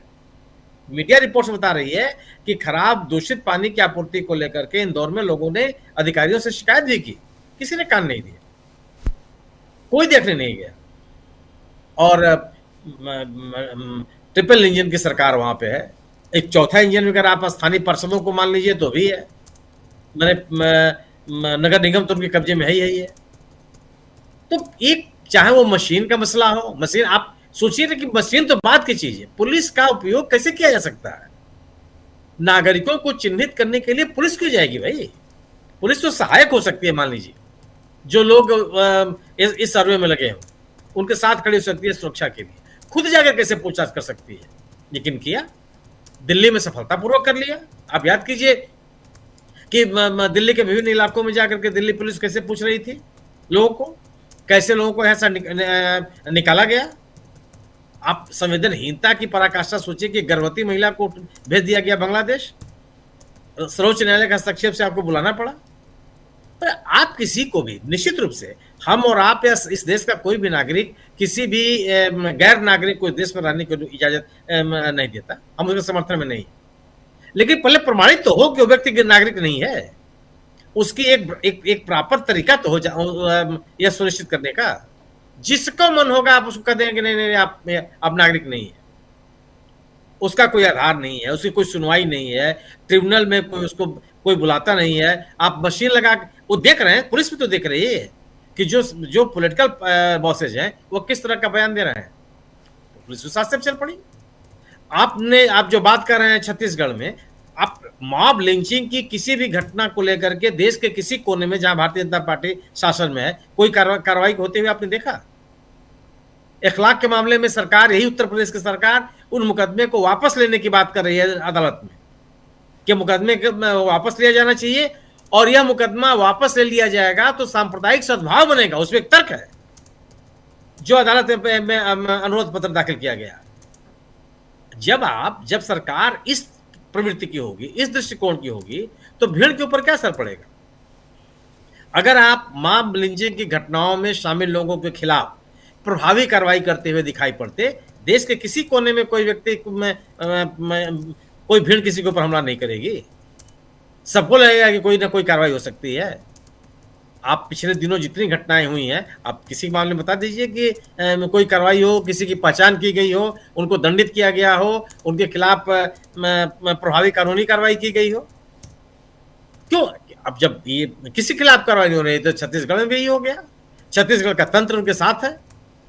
आप उस घटना के बाद भी क्या अभी तक कोई बयान आया क्या कि कौन लोग हैं और उनकी पहचान की जा रही है या नहीं पहचान की जा रही है? जी, लगभग देश के लगभग सभी जिलों में अरबों रुपए खर्च करके आपने सीसीटीवी कैमरे लगवाए हुए हैं। आप कहते हैं कि जगह जगह कैमरे लगे हैं, आप उसको आधुनिकतम सुरक्षा व्यवस्था का नाम देते हैं, आप पहचान नहीं कर सकते? ये बड़े सवाल हैं। दरअसल ये संवेदनशीलता की उम्मीद भारतीय जनता पार्टी की सरकारों से करना बहुत बेमानी है। बिल्कुल बेमानी इसलिए भी है कि इनके गवर्नेंस में आम आदमी प्राथमिकताओं में नहीं है, और जब तक आम आदमी आपकी प्राथमिकता में नहीं रहेगा आपका तंत्र संवेदनशील नहीं हो सकता। जी, सही कह रहे हैं, बिल्कुल सही कह रहे हैं। प्रशांत टंडन जी, आप कैसे देखते हैं कई अलग अलग राज्यों में जहां जहां भाजपा की सरकार, अभी याद कीजिए कि 25 तारीख को उन्हीं राज्यों में चर्च में या जहां क्रिसमस मनाने के लिए किसी मॉल में तोड़फोड़ की गई, कहीं हनुमान चालीसा पढ़ा गया, कहीं कुछ और यहाँ दिल्ली में भाजपा की सरकार बैठी है, केंद्र में भी और राज्य में भी, और प्रधानमंत्री नरेंद्र मोदी उस समय प्रार्थना सभा में प्रार्थना कर रहे थे जीसस क्राइस्ट के जन्मदिन पर। लेकिन ये भी एक अभी उदाहरण दे रहा हूं और इस पे हम लोग पहले चर्चा कर चुके हैं, लेकिन चाहे वो मध्य प्रदेश हो, छत्तीसगढ़ हो, उत्तराखंड हो, उत्तर प्रदेश हो, बिहार हो, हर जगह वही हाल, सब तरफ वही हाल। और ये तस्वीर तो और भी हास्यास्पद है, ये जो हमारे आपके बीच है। जी, सुनील जी बिल्कुल ठीक कह रहे हैं कि बीजेपी के पास के सामने आम आदमी की प्राथमिकता है ही नहीं। एक अभिमान है, घमंड है कि हम तो हिंदू मुसलमान करके जीत जाते हैं, उसके बाद दुनिया जाए भाड़ में। ये जो घमंड है और साथ में मीडिया जेब में है। लेकिन अब चीजें बदल रही हैं और आप देखिए कि अभी प्रेम कुमार जी तमाम एग्जाम्पल दे रहे थे, उस इलाके का नाम सोचिए क्या है, भागीरथपुरा, भागीरथ गंगा जो गंगा को लेकर आए थे जी। तो नाम बदलने में बीजेपी की बड़ी दिलचस्पी रहती है, लेकिन नाम से कुछ होता नहीं है, काम से होता है जो कुछ होता है। आप भागीरथपुरा में भी पानी अपने आप साफ नहीं हो पाएगा क्योंकि उनका नाम भागीरथ है। आपको ध्यान देना होगा। और कब से मामला चल रहा है। और आप देखिए कि कल वो पत्रकार ने सवाल पूछा अनुराग तिवारी ने, उसके बाद हाई कोर्ट भी आ गया, उसके बाद NHRC भी आ गया, सब हो गया। लेकिन आप बताइए कि पिछले 24 घंटे में जब से ये मामला मीडिया में आया और कल हम लोग न्यूज पॉइंट भी किया, कार्रवाई क्या हुई? कितने सीबीआई हुए, कितने लोग के खिलाफ मुकदमे दर्ज हुए? कोई कार्रवाई नहीं हुई। ये बेसिकली यही एरोगेंस है। आप सोच सकते हैं कि किसी और सरकार में, किसी और पार्टी की सरकार में ऐसा हो सकता था? अब तक तो इस्तीफे हो जाते हैं। कैलाश विजयवर्गीय का इस्तीफा हो जाता, इस्तीफा नहीं होता तो कम से कम पार्टी अध्यक्ष या कोई जिम्मेदार अधिकारी उनको बुला के जवाब तलब करता कि आपने कैसे बात की पत्रकार से। किसी सरकार में, तमिलनाडु की सरकार हो, केरल की सरकार हो, झारखंड की सरकार हो, कर्नाटक की सरकार हो, तेलंगाना की सरकार हो, कहीं भी ऐसा हो जाए, वो सरकारें उनकी पार्टियां हरकत में आती हैं, क्योंकि उनको मालूम है कि उनके पास चुनाव जीतने का कोई और जरिया नहीं है। अपने काम के बल पर उनको चुनाव जीतना है। उनके पास कोई धर्म या जाति के आधार पर चुनाव नहीं जीत सकते। ये बीजेपी का घमंड है। लेकिन जो कल से शुरुआत हुई है 2026 की, और आज दूसरा दिन है और इस तरीके की खबरें चारों तरफ से आ रही हैं, तो ये शुरुआत तो देखिए बहुत आगे तक जाएगी। और कुल मिला के ये है कि पिछले चाहे 2 बार सरकारें आई हों, 3 बार सरकारें आई हों, चाहे केंद्र की सरकार हो, तीसरी बार प्रधानमंत्री मोदी जी, लेकिन सिस्टम पिछली सरकारों का ही है जो चल रहा है। इन्होंने कोई सिस्टम नहीं बनाया, वो देश उसी सिस्टम पे चल रहा है। इन्होंने केवल प्रचार किया है। अब आप देखिए ना कि इंदौर सबसे स्वच्छ शहर है, ये प्रचार का हिस्सा है और हकीकत हमारे सामने है कि 10 लोगों की मौत है, 200 से ऊपर अस्पताल में, न जाने कितने बीमार हैं। तो ये पीआर जो है ये बहुत महंगा पड़ रहा है देश की जनता को भी, जान गंवानी पड़ रही है। राहुल गांधी ने ठीक कहा है अपने ट्वीट में कि ये जीवन के संवैधानिक अधिकार की हत्या है, और बिल्कुल सही कहा है जी, क्योंकि संवेदनशीलता है ही नहीं। दूसरी बात, जो पुलिस वाले उत्तर प्रदेश में नागरिकता की जांच कर रहे तथा कथित मशीन लेकर, डॉक्टर राकेश पाठक ने उनके नोबेल पुरस्कार की भी सिफारिश कर दी है। आप देखिए कि ये पुलिस वाले किस हैसियत से वहां पे हैं। मतलब आपने एक वर्दी पहन ली और बिल्ला लगा लिया तो आप कहीं भी चले जाओगे, कुछ भी करोगे, कानून मर्यादा कुछ आपके आड़े नहीं आएगी। क्या अधिकार है पुलिस वाले को? पुलिस वाले के ऊपर भी ट्रेसपास का लगता है। ये क्या बीएलओ हैं? ये चुनाव अधिकारी हैं? ये कौन है? ये क्या ये जो लोग हैं जिनके पास यहाँ ये अपराधी लोग हैं? पुलिस का यहाँ क्या काम है? मशीन है या नहीं हो तो अलग बात है, लेकिन पुलिस का काम नागरिकता की जांच करना नहीं है जब तक कि कोई उनको जांच ना कर रहे हो किसी मामले की। ऐसे रैंडम आप किसी के घर, हमारे आपके घर, किसी नागरिक के घर नहीं घुस जाएंगे क्योंकि आपने वर्दी पहनी हुई है। ये केवल और केवल बीजेपी शासन में ही ये संभव है कि पुलिस वाले अपने आप को वो समझ रहे हैं कि वो कानून से ऊपर है। कौन सा कानून आपको इजाजत देता है कि किसी की जाके किसी महिला को जाके कहोगे कि जिनके वो लगाओ, मशीन लगाओ? महिला पुलिस भी नहीं इनके साथ। आप देखिए किस हैसियत से वहां पे ये है, कोई पूछने वाला भी नहीं है इनसे। और आखिर में जो चुनाव आयोग ने किया है काम, सर्वे करा के, गजब का काम है। खुद ही सर्वे करा लिया। जो सर्वे करने वाली एजेंसी है उसके कर्ता धर्ता जो है वो प्रधानमंत्री कार्यालय में काम करते हैं। सर्वे मई जून में कराया, राहुल गांधी ने अगस्त में जाके खुलासा किया है वोट चोरी का, और सर्वे में बता दिया गया कि ईवीएम पे विश्वास है लोगों का। ये तो इतना अव्वल दर्जे का फ्रॉड है। ये इससे बड़ा जालसाजी क्या होगी? और अब इससे ये साबित हो रहा है कि ज्ञानेश कुमार को अब केवल बीजेपी के दफ्तर में जाकर वो बीजेपी का फटका पहनने का एक औपचारिकता रह गई है। आप राहुल गांधी के खिलाफ सर्वे करवा रहे हैं। इलेक्शन कमीशन ने सर्वे कमीशन किया है। अब ये भी खुलासा होना चाहिए कि कौन सा फंड इस्तेमाल हुआ, क्या किसने इसको कमीशन किया सर्वे। क्या इलेक्शन कमीशन सर्वे भी कराता है? ये हमको पहली बार हम देख रहे हैं कि ऐसा हो रहा है कि खबरें तो यही आई कि इलेक्शन कमीशन ने कमीशन किया है सर्वे। इलेक्शन कमीशन सर्वे भी कराता है, ये मैं पहली बार देख रहा हूँ। SIR पहली बार करा रहे हैं, सर्वे भी करा रहे हैं। तो ये कुल मिला के राजीव जी ये की शुरुआत अच्छी नहीं हुई है नए साल की, और लोगों की जाने जा रही हैं।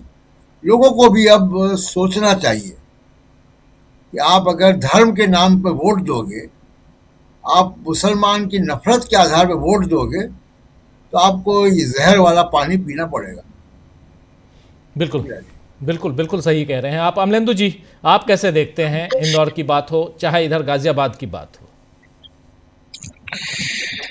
राजीव जी, मुझे लगता है कि इंदौर के साथ साथ गाजियाबाद पे भी चर्चा खूब होनी चाहिए। और गाजियाबाद में जो मशीनें दिखाई जा रही हैं, इसको सिर्फ मतलब उपहास में नहीं उड़ा देना चाहिए। ये हो सकता है गंभीर कोई इस तरह की मशीन आ भी गई हो। क्योंकि आपको याद होगा कि अमित शाह जी सदन में खड़े होकर एक बिल पेश कर रहे थे, बता रहे थे कि वो जांघों के नमूने लिए जाने हैं, आंखों के नमूने लिए जाने हैं, सब कुछ नमूने लिए जाने हैं, और वो सब स्टोर रहेंगे। ये एक बिल पेश कर रहे थे, उसको लेकर था वो। और राजीव जी, ये जो आधार कार्ड बने हैं आधार के जरिए, जो आपकी पुतलियां और ये सब जो ली गई हैं, तो इस पे तो पहले आधार को लेकर पहले भी आरोप लगते रहे कि ये जनसंहार का एक अस्त्र है और इसी के जरिए जो है वो बड़ी आबादी को मिटाने की कोशिशें होंगी। मतलब ये सब जो है रासायनिक हथियार की तरीके से इस्तेमाल किए जाएंगे क्या, इसको लेकर चिंताएं पहले भी बहुत अच्छा है। तो अब राजीव जी सुप्रीम कोर्ट इसका भी संज्ञान नहीं लेगा, लेना भी नहीं चाहिए, क्योंकि हमारे CGI जो है वो SIR पर जो बहस चल रही थी उसमें कह चुके थे कि अखबार में कुछ छप जाएगा तो उस पर हम कोई नोटिस इशू थोड़ी कर देंगे। तो अब ये अखबार में या चैनल्स पर या हमारे YouTube चैनल्स पर अगर इस तरह की विजुअल्स आ रहे हैं तो इसको संज्ञान लेने की सुप्रीम कोर्ट को कोई आवश्यकता नहीं है। भाई जब तक अब ये पूछा जाना चाहिए कि अगर पुलिस इस तरीके से लोगों के घरों में घुस रही है तो आखिर क्या इनके पास कोई सर्च वारंट है जिस सर्च वारंट को लेकर घुसे? क्या पुलिस को इस तरीके का अधिकार है कहीं भी घुस जाने का, किसी के घर में जाकर करने का? तो अगर इसका भी सुप्रीम कोर्ट संज्ञान नहीं लेगा तो किसी दिन पुलिस सुप्रीम कोर्ट में भी घुस जाएगी इस तरीके से, कुछ भी हो सकता है। फिर तो अगर पुलिस राज ही आना है इस तरीके से और पुलिस को ही सारी चीजें तय करनी है, कल को जज साहब की भी तय करने लग जाएगी फिर, अगर आम आदमी की तय कर रही है। मुझे लगता है कि इस मामले का सुप्रीम कोर्ट को स्वतः संज्ञान लेना चाहिए कि ये किस तरीके के मूव चल रहे हैं, नागरिकों के मौलिक अधिकारों का हनन भी इससे जुड़ा हुआ दिखाई पड़ता है राजीव जी। अब जो इंदौर का मसला है राजीव जी, वहां तो बहुत ही ज्यादा एक तरीके से कहा जाए कि निर्दयता और क्रूरता जो है वो भारतीय जनता पार्टी की निकलकर सामने आ रही है। अब वहां उनका आपसी झगड़ा है उसकी वजह से है या प्रशासन वहां जो है वो नहीं सुन रहा था? अगर प्रशासन नहीं सुन रहा था तो ये डबल ट्रिपल इंजन की सरकारों में प्रशासन इतना राजीव जी बेकाबू कैसे हो गया कि वहां बात ही नहीं सुन रहा है, महापौर की बात नहीं सुन रहा है, वहां मंत्री हैं उनकी बात नहीं सुन रहा है? अगर प्रशासन नहीं सुन रहा है तो ये सरकार बनी हुई क्यों है? भाई कहा तो ये गया था मोदी जी की तरफ से कि मिनिमम क्या गवर्नमेंट और मैक्सिमम क्या गवर्नेंस, कुछ इस तरह की शब्दावली इस्तेमाल की गई थी। तो ये कौन सी मिनिमम गवर्नेंस और मैक्सिमम जो है वो गवर्नेंस दिखाई पड़ रही है, बताया जाए। ये सवाल तो पूछा जाना चाहिए मोदी जी से। और राजीव जी मोदी जी तो ड्रोन लेकर देख लेते हैं सब जगह कहाँ क्या चल रहा है, कहीं भ्रष्टाचार हो रहा है वो भी देख लेते हैं, पुल बन रहा है वो भी देख लेते हैं। तो मोदी जी का ड्रोन जो था ये क्यों नहीं देख पाया कि वहाँ जो गंदा पानी पिलाया जा रहा है, लोगों की जान जा रही है गंदे पानी से? तो मोदी जी का ड्रोन जो है क्या उनके मतलब की चीजें देख पाता है, बाकी सब नहीं देख पाता है? तो ये भी सवाल पूछा जाना चाहिए। जैसा प्रेम कुमार जी कह रहे थे कि कहा जाए कि सिस्टम खराब हो गया, सिस्टम फेल हो गया। अरे सिस्टम तो फेल हो ही जाएगा, जब मोदी जी का बनाया हुआ सिस्टम है तो फेल तो होना ही है। मोदी जी फेल हो रहे हैं, सिस्टम भी फेल हो रहा है। मोदी जी ठीक होते हैं तो सिस्टम भी ठीक रहता है। भाई पर्ची के मुख्यमंत्री जब निकलेंगे तो सिस्टम ऐसा ही बनेगा। मालूम है कि पर्ची से निकले हैं, पर्ची किसी दूसरे ही निकल आएगी तो वो बन जाएगा। तो कोई आदमी काम क्यों करेगा? जब राजीव जी पर्चियां निकलनी हो, पर्चियों से ही जब तय होना है कि कौन मंत्री बनेगा और कौन विधायक बनेगा और कौन मुख्यमंत्री बनेगा, तो पर्चियां हैं, पर्चियां में जिसका भाग्य होगा वो बन जाएगा। तो काम करने की आवश्यकता तो किसी को है नहीं। काम करने की आवश्यकता तब होती है जब जनता के बीच जाना पड़े, जनता के सवालों के जवाब देने पड़े। तो इसी सब निश्चिंत है तो सिस्टम तो फेल हो गई। अगर सिस्टम फेल हो रहा है तो सिस्टम फेल होने की जिम्मेदारी कौन लेगा? इस्तीफा किसका होगा? हालांकि कोई नहीं लेगा। अभी हम लोगों के बीच में राजीव जो विजुअल चल रहा है, ये यूथ कांग्रेस ने वहां जो है उनको डुबोया है पानी में, अपने विजय वर्गीय साहब को, घंटा वाले बाबा को। तो अब ये डूबे या ना डूबे राजीव जी, तो बहुत ज्यादा पानी दिख रहा है। काम तो ऐसा था कि चुल्लू भर पानी में डूबना चाहिए था, ये पानी बहुत ज्यादा ले लिया इन कांग्रेसियों ने। तो जो बात कही थी उन्होंने तो उसके लिए चुल्लू भर पानी काफी था डूबने के लिए, तो इतना भारी जल के बीच ले आकर जाने की आवश्यकता क्या थी? बहरहाल राजीव जी, मंत्री जी चाहे कुछ करें कुछ भी बोलें, सरकार को निश्चित तौर पर चुल्लू भर पानी में डूब जाना चाहिए। अगर उसके रहते हुए नागरिकों को शुद्ध पानी भी नहीं मिल सकता और उसकी जान जाने पर आप हाईकोर्ट में जाकर भी मिथ्या वाचन कर सकते हैं, तो निश्चित तौर पर सरकार को चुल्लू भर पानी में डूब ही जाना चाहिए। इस मसले पे अभी तक प्रधानमंत्री नरेंद्र मोदी का एक भी शब्द, एक भी कमेंट नहीं आया है, एक भी कमेंट नहीं आया। नरेंद्र मोदी हैं भाई देश में, चलो 4 लोग ही, आपके ही आंकड़े, मान लिया 4 ही मरे, मान लिया। हालांकि अभी तमाम जगहों से ये खबरें और बिल्कुल कहाँ किसकी मौत हुई है सारे आंकड़े हैं मीडिया में, उसके बाद भी मान लिया। और खुद कहा जा रहा था कल की 13 लोग, फिर 15 लोग हैं और 3000 से ज़्यादा अभी प्रेम कुमार जी कह रहे थे अलग अलग अस्पतालों में भर्ती हैं। चलिए मान लिया 4 ही, तो क्या नरेंद्र मोदी को इस पर संवेदना व्यक्त नहीं करनी चाहिए थी? उनकी सरकार है वहाँ पे। लेकिन चलिए आगे बढ़ते हैं, समय कम है, थोड़ा 20 मिनट का समय है और आप पांचों महानुभावों के पास आना है। डॉक्टर राकेश पाठक जी, इन तमाम घटनाक्रमों का कितना असर पड़ते हुए आप देखते हैं आगामी 5 राज्यों के चुनाव पे, जिसमें सबसे ज़्यादा सुर्खियों में रहने वाला है, आप जान रहे हैं कि पश्चिम बंगाल। असम में ऑलरेडी 8,000 रुपये की घोषणा हो गई। बिहू से पहले हम दे देंगे पैसा ताकि बहनें जो हैं वो बिहू अच्छे से मना पाएँ असम में। अभी तक बिहू को लेकर कोई चिंता नहीं थी, इस बार चुनाव है तो अभी से घोषणा हो गई। बिहू कब आता है आप जानते हैं अच्छे से।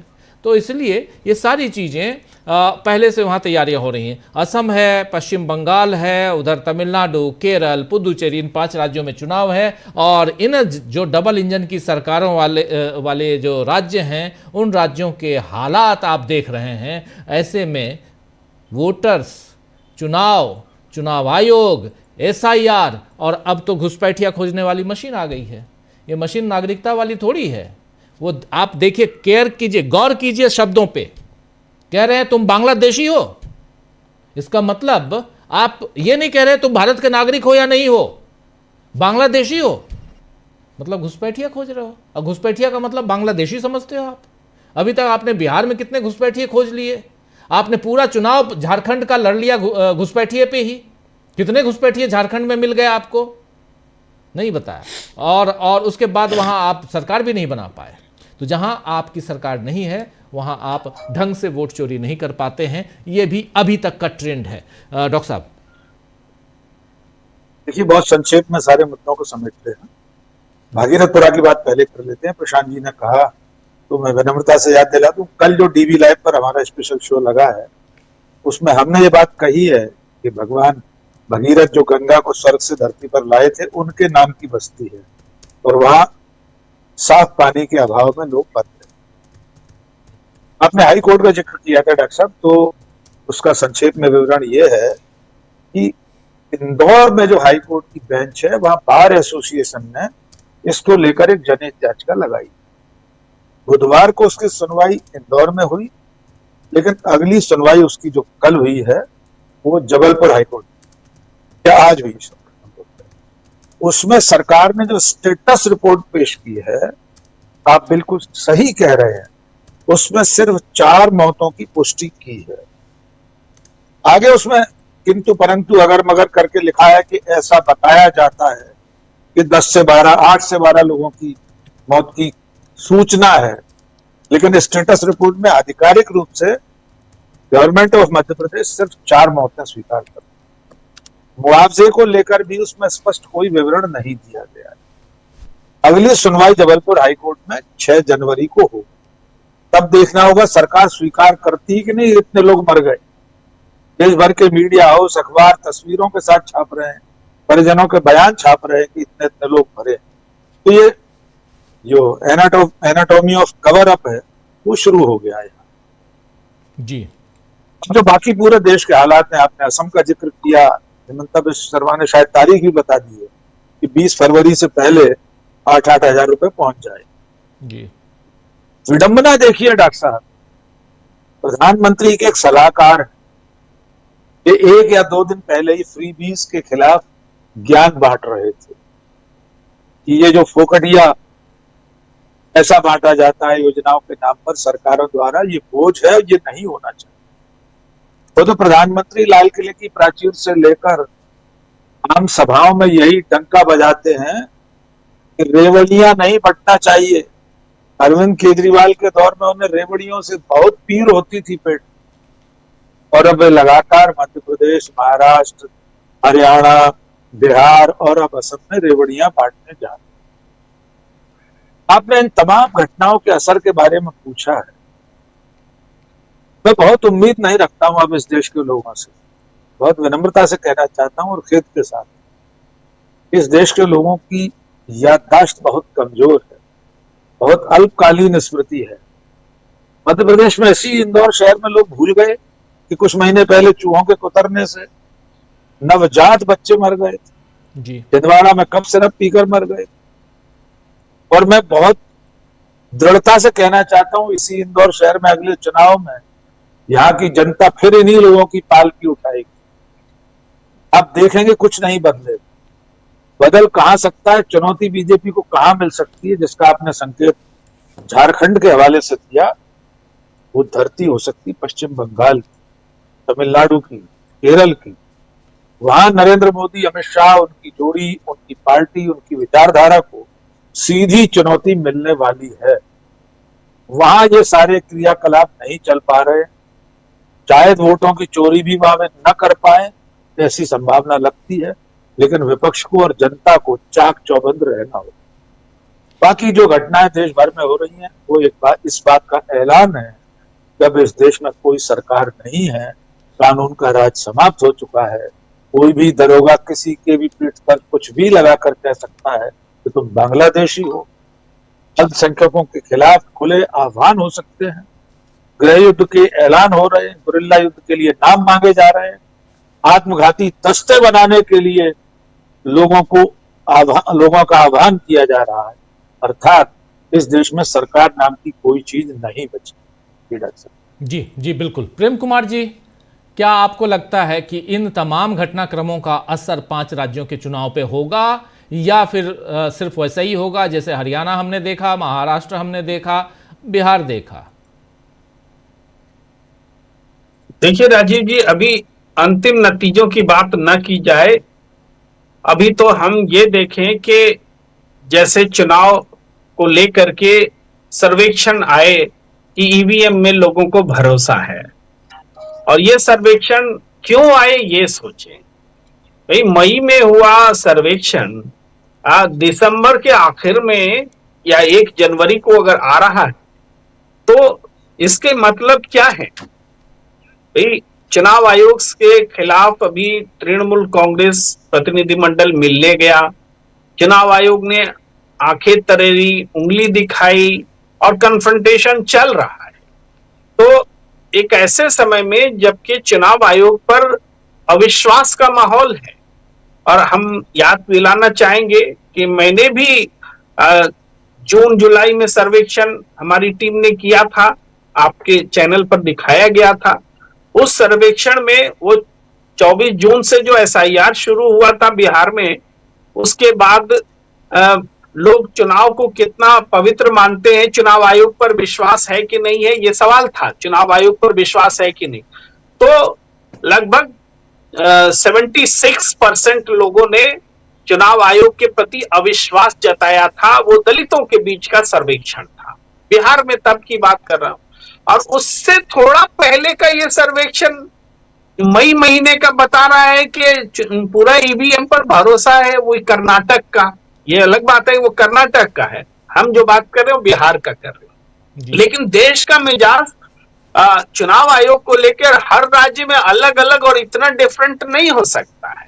तो ये बात आ गई कि वही इलेक्शन कमीशन ही इसको करा रहा है, चुनाव आयोग ही करा रहा है, और इसमें जो लोग हैं वो पीएमओ में रह चुके लोग हैं। तो सर्वेक्षण एक सुनियोजित तरीके से एक टाइमिंग पर तब लाया गया है जब उनको लग रहा है कि पश्चिम बंगाल में ईवीएम पर जो सवाल उठाए जा रहे हैं, ये सवाल बहुत बड़ा हो रहा है और चुनाव नतीजे इसको प्रभावित करेंगे। तो मैं अपनी ओर से नहीं कहना चाहता, लेकिन ये घटनाएं कह रही हैं कि चुनाव प्रभावित हो रहे हैं। इसके डर से इसका एक भरपाई है, क्षतिपूर्ति की कोशिश है कि एक सर्वेक्षण लेकर आया गया है। ये एक बात हुई।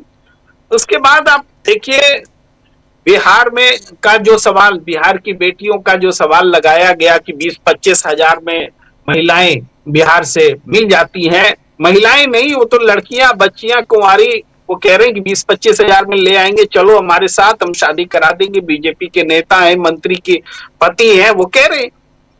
तो ये जो महिला का जो स्त्रियों का जो रेट लगाया जा रहा है, भाई 20 हजार के, 25 हजार के हैं, और 50 करोड़ का भी रेट कभी किसी ने बताया था। ये 50 करोड़ की गर्लफ्रेंड तो आज 20-25 हजार में इनको बिहार की लड़कियां मिल रही हैं। तो ये भी जो चीज है, ये महिलाओं के सम्मान से जुड़ी हुई बात। अब क्या पश्चिम बंगाल में दीदी और दीदी बोल दिए थे तो आप चुनाव हार गए थे? आपको लगता है कि महिलाओं का आप इतना अपमान करेंगे तो चुनाव जीत जाएंगे? उत्तराखंड में भी विरोध में आवाज उठ रही है कि उत्तराखंड की धरती से बिहार का अपमान क्यों किया जा रहा है। जी। जो अंकिता भंडारी के सवाल पर सड़क पर है, वो भी इस सवाल को उठा रहे हैं। तो मल्टीपल फेल्योर, पूरी रणनीति का, बीजेपी का हर तरह से फेल्योर जो है, समझ में याद आता कि इससे पहले एक साथ इतनी घटनाएं एकजुट होकर के सरकार के फेल्योर को चीख चीख कर बोल रहे हैं। ऐसा उदाहरण पहले नहीं मिला जो आज हमें मिल रहा है। और उसके हम लोग ये कहते हैं कि जनता वोट दे और जनता भुगते, लेकिन नहीं, हम लोग जब ये कहते हैं कि वो जनता फिर उसी को जिताएगी, तो हम भूल जाते हैं कि मध्य प्रदेश की जनता ने तो कांग्रेस को जिताया था, लेकिन सरकार पलट दी गई खरीद फरोख्त के जरिए। तो जनता को हम क्यों दोष दे रहे? जनता ने तो जिताया था कांग्रेस को, लेकिन उसके बाद जो चुनाव हुए हैं मध्य प्रदेश, छत्तीसगढ़, यहीं से तो वोट चोरी की बात शुरू हुई थी, यहीं से तो आवाज उठी थी। कम से कम 5000 से ज्यादा शिकायतें छत्तीसगढ़ और मध्य प्रदेश से चुनाव आयोग के पास थी, उस पर बिना सुनवाई किए हुए चुनाव के नतीजे दे दिए गए। तो हम मध्य प्रदेश की जनता को क्यों गुनाहगार ठहरा रहे? भाई वोट चोरी की बात अगर गलत है तो ठीक है, जनता फिर जिम्मेदार है। अगर वोट चोरी की बात सही है तो जनता जिम्मेदार नहीं है। जनता को अब कहेंगे सड़क पर नहीं उतर रही, जनता को सड़क पर उतरने का माहौल बनाना भी राजनीति ही कहलाती है। तो राजनीति की सफलता और विफलता जो है वो जनता को के साथ या जनता के मतलब जनता के को साथ लाती है। तो हमें लगता है कि एक बिल्डअप होना जो बोलते हैं राजनीति, वो काम कर रही है और ये बिल्डअप हुआ है। तब आपको उत्तराखंड, छत्तीसगढ़, उत्तर प्रदेश या मध्य प्रदेश, तेलंगाना और अलग अलग हिस्सों से जो आपको आवाज उठती दिख रही है, त्रिपुरा में उठे चाहे बंगाल, वो सारी आवाज जो उठ रही है जनता मतलब उस मिजाज के साथ में जुड़ रही है। हम तो उम्मीद के साथ हैं 2026, वो बीता 25 साल जो गया, उस आखिरी 25 साल का जो 10-11 साल है उसमें जनता ने बहुत कुछ सीखा है। और अब उसको 25 साल को 2 हिस्सों में बांट लीजिए, आधा आधी। तो पहला 10-12 साल और बाद का 11 कंपेयर करने के बाद अब जो साल आने वाला है, अब जो 12 साल आने वाला है, ये जनता बदलाव के लिए अपने आप को तैयार कर रही है, ये मेरा विश्वास है। जी सुनील शुक्ला जी, क्या आपको भी लगता है कि इन तमाम मसलों पे जितनी भी घटनाएं घट जाए, लेकिन चुनाव पे इसका असर नहीं पड़ेगा आने वाले समय में? आपको लगता है ऐसा? नहीं, ऐसा नहीं लगता मुझे लगता है कि जिन राज्यों में चुनाव होने जा रहे हैं उन राज्यों में गवर्नेंस एक प्राथमिकता का विषय है। इन कारणों से चाहे पश्चिम बंगाल हो, चाहे असम हो, चाहे तमिलनाडु हो, जितने भी राज्य हैं, यहाँ पे गवर्नेंस आम नागरिकों के लिए बहुत विचारणीय विषय है। और इन घटनाओं के कारण भारतीय जनता पार्टी जो अपना हिंदुत्व का नैरेटिव चलाना चाहती है वो नहीं चला पाएगी। लोगों के मन में सवाल पैदा होंगे कि ये पार्टी जो विभिन्न राज्यों में इतने वर्षों से शासन में है, वहां किस तरह का गवर्नेंस दे रही है, लोकहित कितनी प्राथमिकता पर इसके।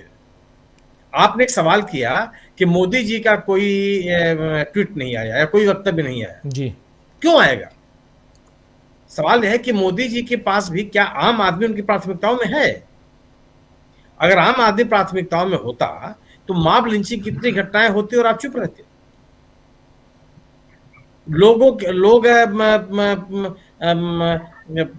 मनरेगा की पूरी व्यवस्था खत्म कर देते। एक जो लोगों के पास रोजगार का अधिकार था, उनकी जरूरत के अनुसार रोजगार की बात, उसको आप खत्म कर देते। आप अचानक नोटबंदी कर देते और उसके बाद भी नोटबंदी पे चर्चा भी नहीं करने के लिए तैयार होते। आम आदमी को निगाह में रखने वाला व्यक्ति इसलिए ले सकता क्योंकि निर्णयों से सीधे आम व्यक्ति प्रभावित है, विशिष्ट व्यक्ति प्रभावित नहीं है। आज की स्थिति है, आप एक अधिकारवाद को प्रमोट नहीं करते। आम आदमी अगर आपकी निगाह में होता तो जो कारपोरेट है वो आपकी प्राथमिकताओं में नहीं होता, क्योंकि कारपोरेट के लिए आम आदमी कुछ ही नहीं है। उसका तो व्यापारिक और वाणिज्यिक लाभ हानि वो उसकी प्राथमिकताओं में है। तो कैसे आप उम्मीद कर सकते हैं कि इंदौर घटना को लेकर के कोई वक्तव्य आवे? तो मेरा अपना मानना है कि ये जो घटनाएं हुई हैं, चाहे अंकिता भंडारी का मसला हो, चाहे इंदौर में लोगों की मृत्यु का सवाल हो, चाहे उत्तर प्रदेश में कुंभ के दौरान भगदड़ में लोगों के मारे जाने का सवाल हो, या पुलिस के द्वारा जबरदस्ती लोगों को घुसपैठिया घोषित कराने और उनको बाहर भेजने का सवाल हो, ये सभी मुद्दे जो आने वाले राज्य हैं पश्चिम बंगाल सहित, वहां पे इनकी चर्चा होगी। और कम से कम इन घटनाओं का क्रम ये होगा कि भारतीय जनता पार्टी अपने नैरेटिव को चला नहीं पाएगी, उसको लोगों के सवालों का जवाब देना पड़ेगा और विपक्ष इन सवालों को उठाएगा। आप देखिए कि अभी निर्वाचन आयोग से मुलाकात के बाद टीएमसी ने किस तरह का स्टैंड लिया। उन्होंने दिल्ली कूच करने की बात कह दी, पश्चिम बंगाल में उन्होंने अपनी रणनीति का ऐलान कर दिया। वो कह रहे हैं कि आप लोगों का नाम काटेंगे, हम उसको स्वीकार नहीं करेंगे। तो एक टीएमसी एक राजनीतिक दल के रूप में वो आमने सामने खड़ी है। असम की भी स्थिति हुई है, वहां पे जो क्षेत्रीय दल हैं और कांग्रेस जबरदस्त तरीके से सरकार के गवर्नेंस को लेकर के सामने है। अगर आपका हिंदुत्व का एजेंडा इतना ही कामयाब होता तो लोगों को 8,000 रुपया देने की जरूरत क्या थी? आप वहां पे लोगों की इस तरह की प्रतिक्रियाएं क्यों नहीं आती? मेरा अपना मानना है कि ये घटनाएं चुनाव को प्रभावित करेंगी और मैं इसलिए कह रहा हूं कि राज्यों में इन विषयों को लेकर के चर्चा होगी। ये राज्य ऐसे हैं जो सरकारों के कामकाज को लेकर के अपनी बात कहते आए और अब वो यह प्रवृत्ति या प्रभावी नहीं होगी आगामी चुनाव में, मुझे ऐसा नहीं लगता। जी जी जी बिल्कुल, आम चुनाव में इसका प्रभाव पड़ेगा, आपका भी कहना, हमारे तीनों साथियों का यही कहना है। जरा प्रशांत जी, और अभी अभिषेक बनर्जी की मुलाकात हुई, इसके बाद वहाँ टीएमसी ने अपनी रणनीतियाँ बना ली पश्चिम बंगाल में, लेकिन क्या पश्चिम बंगाल के बारे में जितनी चर्चा हो रही है, क्या उसमें इन तमाम, क्योंकि पश्चिम बंगाल में उत्तर भारत के और ख़ासकर बिहार और उत्तर प्रदेश के काफ़ी हैं, वहाँ लोग काम करते हैं, रहते हैं, प्रभाव पड़ते हुए आप देखते हैं? बंगाल में अभिषेक बनर्जी 1 महीने की यात्रा पर निकल रहे बंगाल की, और तृणमूल कांग्रेस बंगाल की अस्मिता पर चुनाव लड़ रहा है और वो नारा भी वैसा दे रहे हैं जैसे वो बीजेपी को दिखा रहे हैं कि वो बाहरी लोग हैं और ये बाहर का आक्रमण है बंगाल पे। तो बीजेपी को इस नैरेटिव में बीजेपी के लिए बहुत मुश्किल होगी, खासकर वो भी तब जब उसके सबसे बड़े नेता बांग्ला भाषी नहीं है, जिन पे भरोसा करते हैं मोदी और अमित शाह। तो ये एक बीजेपी के सामने समस्या है। दूसरी जो सबसे बड़ी समस्या जो मुझे दिखाई दे रही है, और खासकर नवंबर दिसंबर से लेकर अभी जनवरी तक जो बात आ रही है सामने, कि बड़े स्पष्ट संकेत दिख रहे हैं कि पहली बार जब से मोदी आए हैं सत्ता में, दिल्ली आए हैं, हिंदू मुसलमान की पॉलिटिक्स कमजोर पड़ रही है। और ये अगर हिंदू मुसलमान की पॉलिटिक्स कमजोर पड़ेगी तो आपको काम करना पड़ेगा।